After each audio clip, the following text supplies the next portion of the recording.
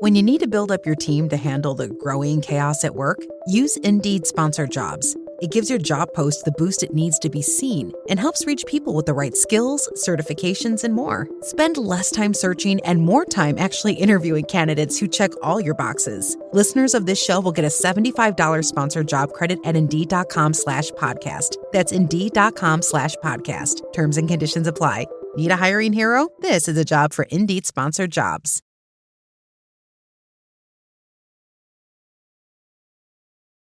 Welcome to Markets Radar with Jeremy Quintanilla. Thank you so much for tuning in. This is a show all about markets, stocks, crypto, bonds, international markets, and everything in between. And I give you my take on what it all means. And we have quite a lot of updates for you since last Tuesday. Thank you so much for everybody who listens. I was unable to do an episode on Saturday. I was traveling with my partner. We went to Universal Studios. We had an amazing time. I really enjoyed it. It was my first time at Universal Studios. She hadn't been there since she was a child. We were celebrating her birthday, so we went there and we had a blast. So I wasn't able to get an episode out for Markets Radar for Saturday, but I am excited because we finally got a thumbnail for this specific show. It's still going to be on the Age of Jeremy feed for the time being while we finish up some other, technical situations with a new feed. But again, we'll be marketing it as Markets Radar with its own image on the podcast feed. So thank you so much for everybody that listens. Make sure that you follow me at Age of Jeremy on Instagram and wherever you get your social media. And if you do follow me on Instagram, make sure that you subscribe to my Dope Insights and Updates channel. It is a broadcast channel where I broadcast essentially dope insights and updates. And also, if you don't know, I'm on the New Wealth Transfer podcast on the Coach JB YouTube channel. So make sure that you check that out. That is on Fridays at 12:15 Arizona time, 3:15 Eastern for right now, but it'll always be at 12:15 Arizona time. And then right after that show, I jump in and I do my Mercury show, which is a podcasting and pop culture news show on the Mercury by Age of Radio YouTube channel. So make sure that you check that out. We have all kinds of great stuff going on with Age of Radio, but you are here for the markets. So let's jump into those. We are going to be talking about the sheer juggernaut that is JPMorgan Chase, one of the largest banks in the United States, maybe one of the largest banks in the entire world, and something that I kind of wish that I invested in. I don't know exactly what their stock is up, but Jamie Dimon essentially maybe can't lose. I don't know. He might be one of the best bankers of all time. If you have been waiting for a sign of where the broader economy is heading, this might be it. JPMorgan just reported today a staggering 41.2% jump in second quarter net income, bringing their total to $21.16 billion. They completely blew past analyst expectations, delivering earnings per share of $7.70 compared to the estimated $5.59, which is what a lot of analysts expected they would come in at. To put that dominance into perspective, the margin of the earnings beat was the widest the bank has seen since the first quarter of 2021. But it's not just the bottom line that is shocking, it is the scale of the revenue. The bank achieved a record revenue performance in every single one of its business segments. Every single business segment it had increased revenue. Total revenue skyrocketed 27.7% to $57.35 billion. Yes, that's billion with a B, absolutely crushing the Wall Street consensus of $51.09 billion. So the question is, what is happening to the everyday consumer? And is this just Wall Street making money off of Wall Street? That is a question that I always like to ask myself because I care about Main Street. But according to the CEO, Jamie Dimon, the U.S. economy is showing notable resiliency, and he explicitly stated that the everyday consumer is fine. I will give my comments on that in a moment. In fact, Dimon noted that the consumer is in slightly better shape now than in the previous quarter. He credits this to recent tax refunds and a highly resilient labor market. market, which have successfully offset the pain of higher gas prices and stubborn inflation. But I want to ask you this, if you're listening to the audience, based off of how much it costs for you to buy stuff, how much money is in your savings account, how much money is in your investment account, do you feel better off? The biggest thing that people continuously forget about is that inflation continuously hurts them. Now, as I was getting the information for this podcast today, there was a live going on about the inflation, essentially, from Kevin Warsh, and I'll probably talk about that on Saturday. We'll see how it goes with the rest of the news. But essentially, I want you to ask yourself, how do you feel? Do you feel that you are getting ahead, or do you feel that the elites in Wall Street are continuously pushing past you? And the reason why I mention that is because that is a conversation that we continuously have in our 3T Warrior Academy. So if you want to know more of my opinion on that, join us at 3twarrioracademy.com. Learn about our capital DR system, because essentially we were tired of feeling like we were doing everything that we should be doing and still not getting ahead. So I want you to ask yourself if you feel that you're doing everything that you should be doing and you're still not getting ahead, and do you really feel fine? I think a lot of the times we look at data on the overall proof that maybe that there is a sign of consumer health. And JPMorgan actually lowered its 2026 outlook for its net charge-off rate, which is the percentage of loans written off as uncollectible, down to 3.2% from this previous guidance of 3.4%. And again, that could be a good indicator that things are maybe getting better. But when you look at where you're at, that's just paying off, I guess, debt, right? When you look at where, if you're able to go on vacation, if you have income that's coming in from other places besides your W-2 income, we take this broad look and say, look, if these metrics are good, then the people should be doing good. But I think that the people are tired of large banks, of tech companies, of everybody making tons and tons of money. And then they think that they're doing the best that they can and they're still behind. And that's what we kind of teach in our 3T Warrior Academy. But to get back to a little bit about the news, the resilient consumer base provides a solid foundation. But if we want to understand these blowout profits, we need to look under the hood at their commercial and investment banking businesses. Because the number one thing that gets people ahead is learning how to invest. And I encourage you to do everything that you can right after this podcast is over, right after you're done listening to me, go and buy Investing for Dummies. Spend most of your time learning how to invest, and you too can live like the rich. Now, Dimon didn't mince words on his earnings call. He told reporters that the markets are booming right now and the strength is pretty broad-based. He said that he's seeing, and I'm seeing this directly in the numbers, the commercial and investment banking segment again saw revenue climb 27.2% to $24.85 billion. This was heavily driven by a massive 86% surge in equity markets revenue, which hit $6 billion, while overall investment banking revenue jumped a massive 45% to $3.9 billion. So if you want to know where they're getting most of their money, it's in their investment banking business. And I utilize that as a key is because you, for your own sovereignty, need to learn how investments work and start investing as soon as possible.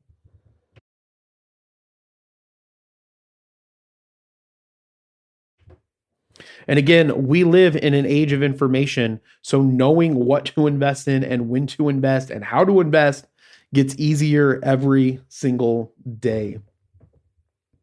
Now, again, in previous segments, investors are fleeing the Mag 7, as we talked about in previous podcast episodes, and there's a huge skepticism about AI capital expenditures. So did JPMorgan's leadership address whether this massive AI spending spree is turning into a bubble? And they did. They tackled it head on, and their response was fascinating, according to the individual that wrote this article at the Wall Street Journal that I'm utilizing. Chief Financial Officer Jeremy Barnum was asked directly if the AI build-out was reaching bubble proportions.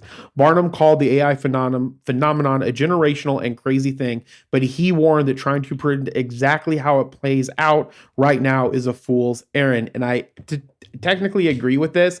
The thing that I would say is wherever when you turn around and everybody's talking about the same thing over and over, you can get the idea that something is bubbling up. You don't know when that's going to pop, but it does mean that you need to diversify yourself outside of maybe AI infrastructure or into different type of AI infrastructure than just the companies that are building the large language models. And diversifying when you start seeing that people are constantly talking about it is a good time, because sometime in maybe that near future, you are going to see a lot of pullback. JPMorgan is playing this very carefully. Jeremy Barnum emphasized that the bank is being appropriately skeptical of the hype. Again, you need to be skeptical of things when there's a lot of hype around them. But he made it crystal clear that they will not move to the sidelines for no reason. His bottom line was that despite the risks, the market environment is extremely supportive and actively in begetting activity. So while tech investors might be rotating out of the big AI spenders, the banks are more than happy to finance and facilitate the generational capital shift. The surge of this market activity is sending bank stocks soaring. Following this blowout report, JPMorgan shares rallied 2.8% on the morning of July 14th when I'm recording this, surging past their previous July 7 record close to trade above $339.22. Overall, JPMorgan stock has gained 6.7% in 2026, though it still trails the broader State Street Spider S&P Bank ETF, which has rallied 13.9%. So if you were in a State Street Spider S&P Bank ETF or a sector ETF that was kind of focused on an entire sector, the sector itself would be up 13.9%, as opposed to if you were just in JPMorgan, you would only be up about 6.7% this year. JPMorgan wasn't the only winner this week. Strong bank earnings were a massive market-wide theme. Bank of America, Wells Fargo, Goldman Sachs, and Citigroup all reported their earnings, and all of them beat expectations by wide margins. In a massive sign of strength for the financial sector, both Bank of America and Goldman Sachs also traded in record territory. Look, these big banks, they're not going to go away, and they're going to find a way to make money off of every sector that's coming into this economy, and that includes cryptocurrency. Again, a lot of these companies do things in cryptocurrency. I think JPMorgan owns Circle, if I'm not mistaken. They have their own stable cryptocurrency, like a dollar-backed cryptocurrency as well. So again, these companies are investing in the future infrastructure of tech finance, and they have a large responsibility to the American people and to their shareholders to make sure that they don't fail. But don't worry, if those guys fail, the American people will probably have to bail them out, and that is just how it goes. Now, there's always a catch when we see numbers this high, or sometimes there's always a catch. You should always be wary of catches. Always think that someone's trying to fuck you over. As you analyze their balance sheet, as we look at the balance sheet, was there anything in the earnings report that actually disappointed Wall Street? Well, if you look very closely, there was one minor crack in the armor. Net interest income, which is the cash banks make from interest-bearing assets minus what it pays out in interest expense, came in at a measly $25.51 billion. While that is a 9.9% increase from a year ago, it was actually just a hair below the Wall Street consensus estimate of $25.68 billion.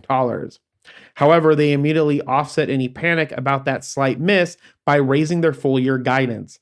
The bank boosted its outlook for net interest income to $105.5 billion, up from $103 billion.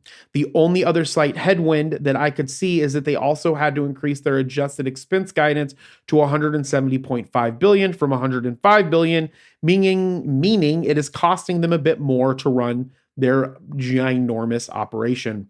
But given their return on tangible common equity improved to a massive 29% from 21% a year ago, investors are more than willing to forgive slightly higher expenses.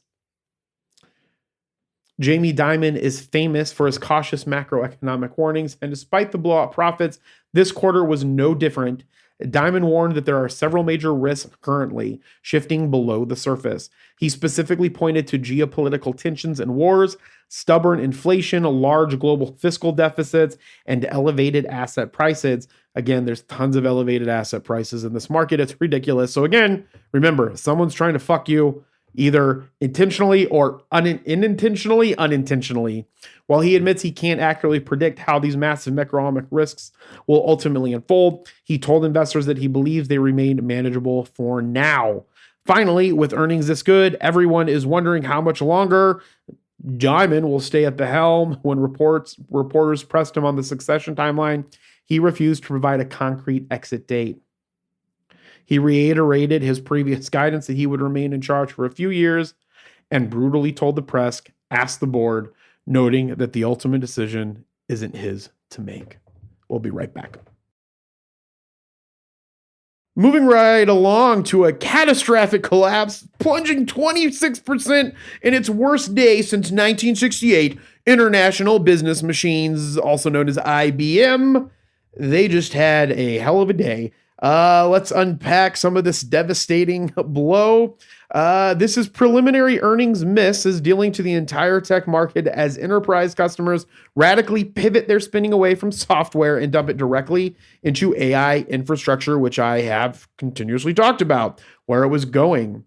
Let's zero in on an absolute bloodbath in the software and IT services sector. If you recall some of my previous warnings about a looming SaaS apocalypse in the private equity markets, well, I'm now seeing that exact panic bleed directly into the public markets in a historic way.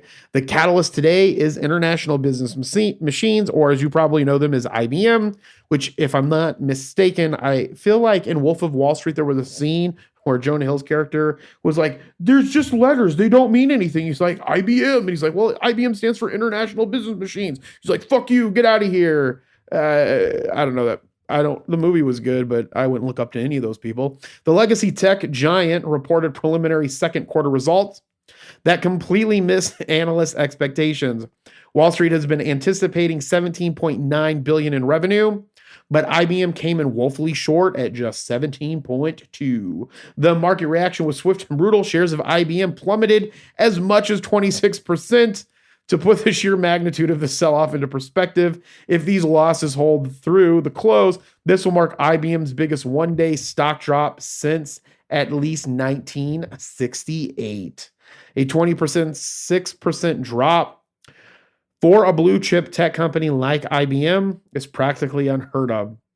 What exactly is driving this massive revenue miss?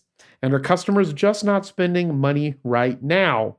Customers are absolutely still spending money because consumers are consumery, but they are completely rerouting where that money goes. And I guess commercially, people are commercially. That is what the industry is calling the capex pivot. IBM customers are actively holding back their spending on traditional software and IT services, and instead, they are frantically shifting their capital and components used for artificial intelligence infrastructure. Specifically, they're pouring their budgets into servers, storage, and memory chips.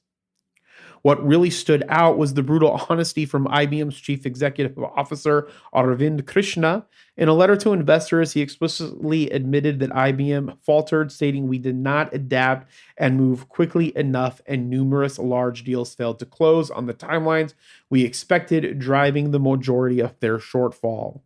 These are not excuses, but they are realities," he went on to say. The terrifying reality for investors is that this isn't just an IBM problem, it's an industry-wide contagion. Because IBM is viewed as a bellwether for enterprise tech spending, its devastating miss essentially dragged its software and IT peers significantly lower. There's a domino effect here that we need to think about. We need to take hold across the markets. There's a domino hold effect here that is going across the entire market. Microsoft fell 2%, Salesforce shed 3.2%, Autodesk, one of my favorite companies, slid 2.4%, and I own Microsoft and Autodesk, and Workday took a massive 6.3% hit.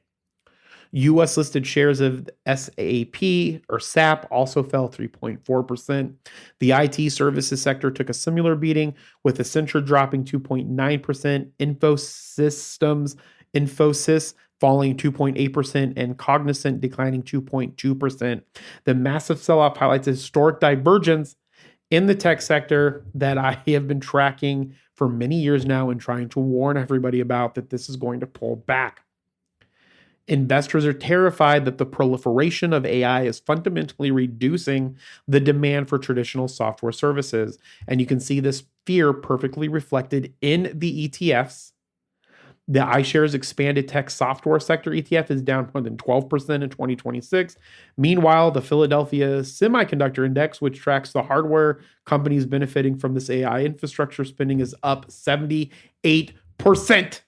which is what I talked about on Tuesday of last week. If you didn't know, Philadelphia Stock Exchange is the oldest stock exchange in the United States. It's now owned by NASDAQ.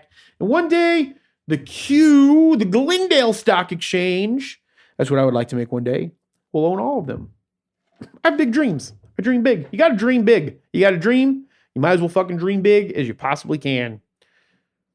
Now, I've talked about the capital flight toward memory chip makers, but is the IBM report the ultimate proof that the software sector is permanently losing out to the hardware guys? It is certainly providing the hardest evidence that I've seen yet.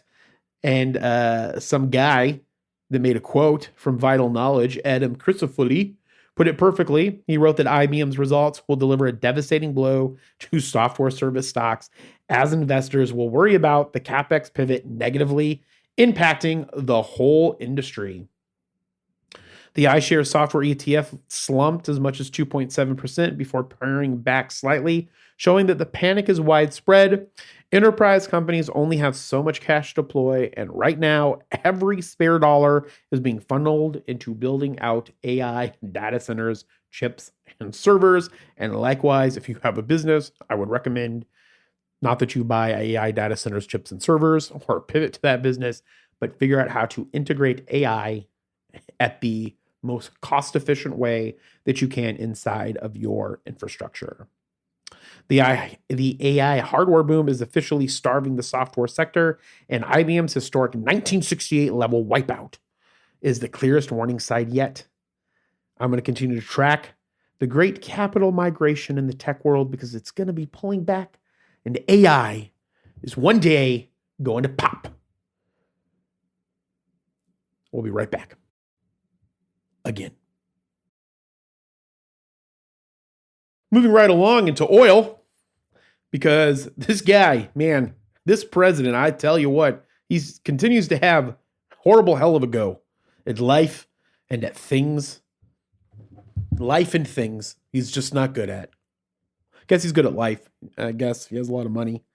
I don't know. He's been hanging out with that 20-year-old woman at night doing posts on Truth Social. Truth Social. What a dumb fucking name.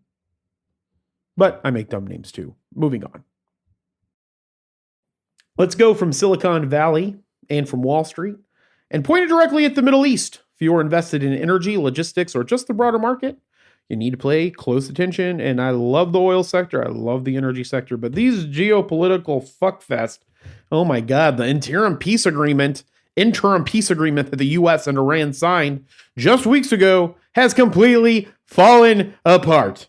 As a result, President Trump is launching his third major shift in military strategy as he fanatically searches for a way to turn the tables in this nearly 5-month-old war that he's going to maybe win, maybe lose, who knows, something might happen, but he'll take credit for it no matter how shitty it goes. No, I take it back. He'll only take credit for it if it wins. If it doesn't do well, he's going to place the blame on someone else because he has no integrity and he's a piece of shit. And we're moving on into this story. If we rewind to late February, the Trump administration rolled the dice, joining Israel's military campaign in an attempt to cripple Iran's ballistic missile arsenal and eliminate its leadership. At the time, Trump touted the might of the American military, predicting a shocking campaign where the brunt of the fighting could be over in just 4 to 6 weeks. 5 months. We've been at this. But that quick victory never materialized, which no one really thought that would if you, I don't know, can fucking think. After an initial ceasefire in April led to failed talks in Islamabad,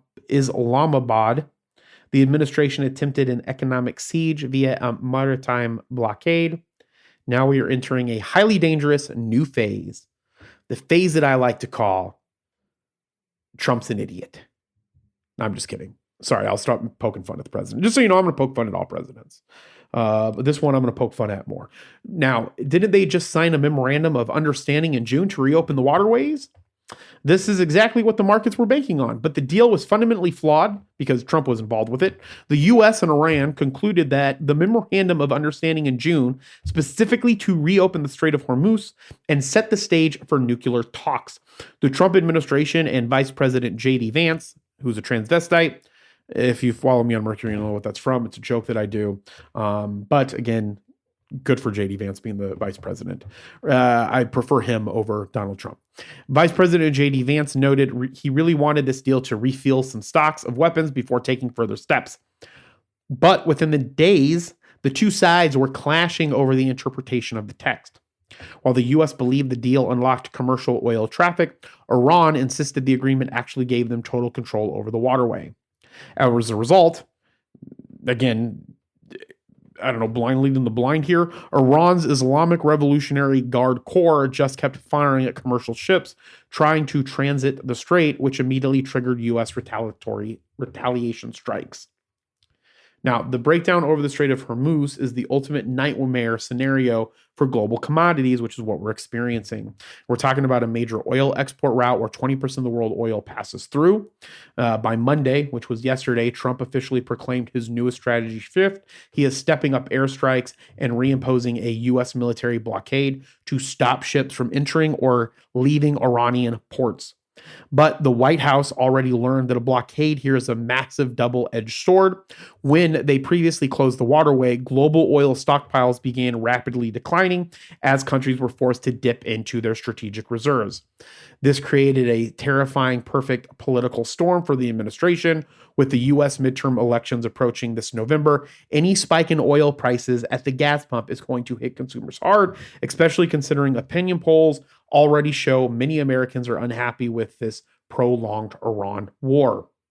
So if a blockade risks spiking gas prices before an election, what specific military actions is Trump taking now to force Iran's hand without completely destroying the oil market?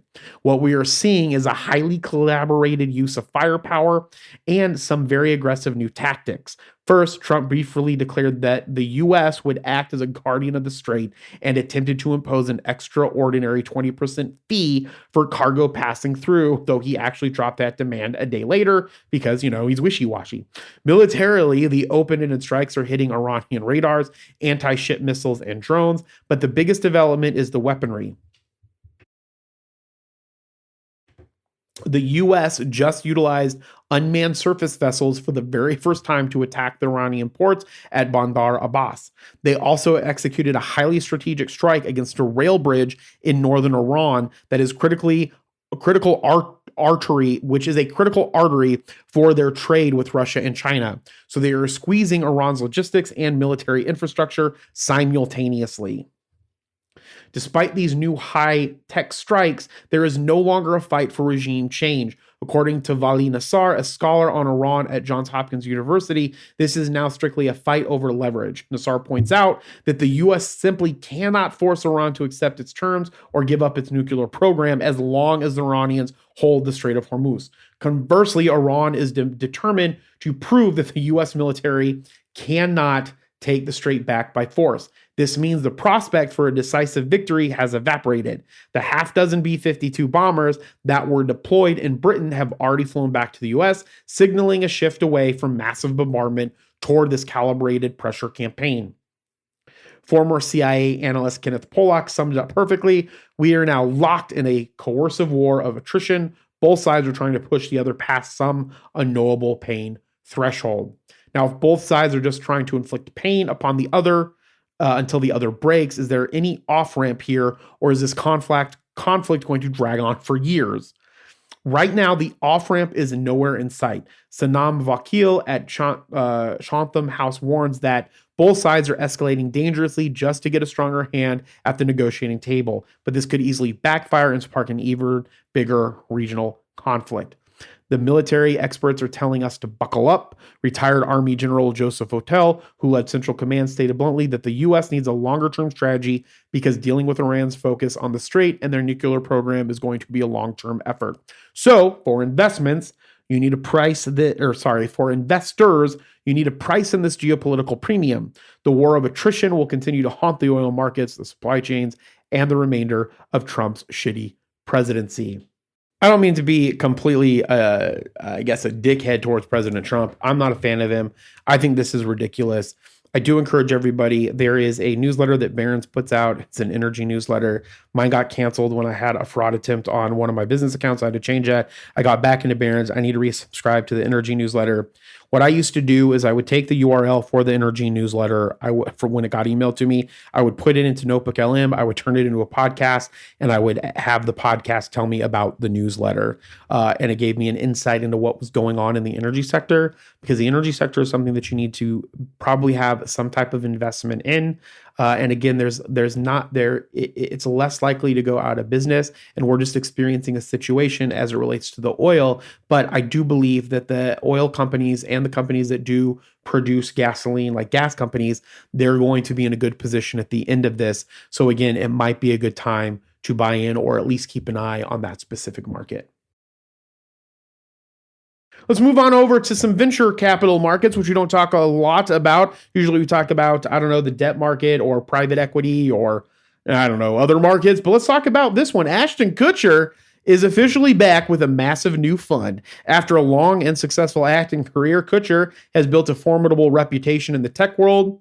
He recently stepped away from his previous venture firm, Sound Ventures, to launch a brand new firm called Decimal Capital. To make this happen, he has teamed up with Morgan Beller, a powerhouse investor who previously served as a general partner at the venture firm NFX. What really caught the attention here is the sheer size of the capital they are going after. Kutcher and Beller are aiming to raise a staggering $500 million for Decimal Capital's debut venture fund. This firm was just incorporated in Delaware last month, and their target size is incredibly ambitious. To put this $500 million target into perspective, most venture funds raised this year and in 2025 were under $50 million. According to data from the PitchBook NVCA Venture Monitor, they are asking for 10 times the current industry average. So if they're raising $500 million in a market where most funds are struggling to scrap together $50 million, what exactly is their investment thesis? Where is all this money going? The strategy is highly targeted and incredibly timely. They are planning to build a portfolio of about 35 companies focused entirely on what they are calling the post-AGI market. In a letter that Kutcher shared with limited partners in May regarding his departure from Sound Ventures, he explicitly stated, "Now is the right time for me to pursue the next wave of innovation, infrastructure, energy, and deep tech." As for the math, Decimal's materials lay out a very specific roadmap. They plan to write up to 30 seed checks ranging from $3 million to $6 million, alongside about 5 larger later stage deals representing checks of around $15 million each. The remaining half of the $500 million fund will be kept in reserve specifically for follow-on investments into their winning portfolio companies. It's a pretty good strategy, in my opinion. To execute this strategy focused on infrastructure, energy, and deep tech, you need serious industry credibility, and this duo has the track record to back it up. Let's look at Kutcher first. He is no stranger to the artificial intelligence boom, having previously backed OpenAI, among several other major tech companies. But the addition of Morgan Beller is what makes this a true deep tech powerhouse. Before her time at NFX, Beller was actually the co-founder of the cryptocurrency project Libra at Facebook, which is now Meta Platforms. Beller also brings a massive footprint in the aerospace and space technology sectors. She has written early checks for some incredibly high-profile space startups. Her investments include Stoke Space, a rocket company that PitchBook Data recently valued at $3.52 billion, as well as Starfish Space, an in-space satellite maintenance startup. She also backed StarCloud, a company developing technology of data centers in space, which currently boasts a $1.1 billion valuation. And again, these are valuations, and most of these startups to make money could take years. You just need to get a few winners and you make a shit ton of money. And that's why you have like the way in which they're doing their seed checks. So if they have some that are going to be 3 million and 6 million, they're going to save some for reserves for the ones that start to do well that they could pour money into. Because again, you need to find out who's going to be beneficial. You pour money into those. And then if you have one of those hit, or one of them to go public, or one of them you exit, and then the company makes a shit ton of money. We could think about it that way. Now, it's no secret that institutional limited partners can be very wary of Hollywood money. And so you might think, are serious investors actually taking this celebrity-led deep tech fund seriously? And this is the exact hurdle that Decimal Capital has to clear. It is absolutely true that institutional limited partners sometimes view celebrity venture investors with deep skepticism. Kutcher is just one of many celebrities who are active in venture capital right now. Again, venture capital goes in fads. You have someone who's in Hollywood, they meet someone who's involved with venture capital, they have a bunch of money, they get excited about it, they start a firm, and so forth and so forth. But again, Kutcher has been investing for a while, it seems, and he had a previous fund, so he has some experience. So again, I don't think this will be a horrible hurdle to get over. Following the news of the departure from Sound Ventures, he received massive social media endorsements from top-tier leaders in the startup community. Gary Tan, the president and chief executive officer of Y Combinator, took to X to call Kutcher and Beller amazing, declaring that this duo will be a formidable new GP or general partner.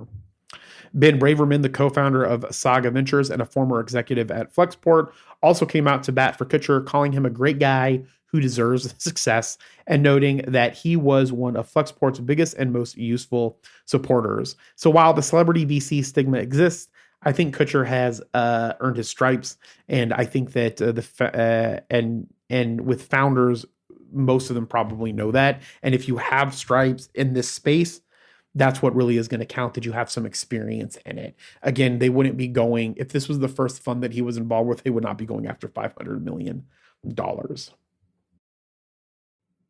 All right, let's close this bad boy out.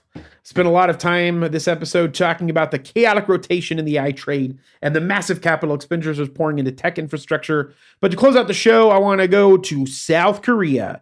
South Korea's crucial role in the global AI supply chain has just triggered a massive export-led economic rebound. Things are running so hot that the Ministry of Economy and Finance just significantly raised its 2026 economic growth forecast. They are now projecting gross domestic product to grow 3% this year, which is a massive upward revision from the 2% they forecasted back in January. To truly appreciate this surge, you have to remember that the country only saw a sluggish 1.1 expansion last year. This acceleration is being completely driven by the semiconductor boom. With relentless demand for AI hardware, top chip makers like Samsung Electronics and SK Hynix are seeing incredibly strong shipments. SK Hynix is coming to the American stock exchanges, and Samsung Electronics is actually rethinking the same, which would be really exciting if they came to market with some ADRs. Because of this brisk demand for semiconductors, exports will remain the main driver of growth, and the government is now projecting a record-shattering current account surplus of $290 billion in 2026, more than double their earlier forecast of $135 billion. Those export numbers are staggering, but with countries like the U.S. and China pouring billions into their own domestic chip manufacturing, what is South Korea doing to protect its golden goose? They are absolutely not resting on their laurels to maintain their technological lead over global rivals.